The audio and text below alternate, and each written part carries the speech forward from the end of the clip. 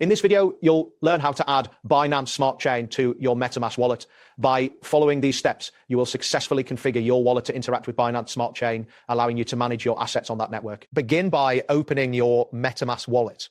Once the wallet interface is displayed, locate the network selector at the top of the screen. This is typically found next to your account name. Click on the network selector to reveal a drop-down menu with various network options. Next, from the drop-down, select the Add a Network option. This action will redirect you to the manual network configuration page. It is essential to prepare the Binance Smart Chain details beforehand to ensure a smooth setup process. Remain on this setup screen as you will need it for the next steps. After that, you will need to enter the network details for Binance Smart Chain, input the network name, which should be Binance Smart Chain, then enter the RPC URL, which is a specific web address that allows your wallet to connect to the Binance Smart Chain.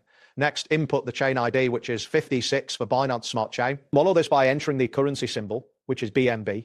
And finally, the block explorer URL, usually https://bsscan.com.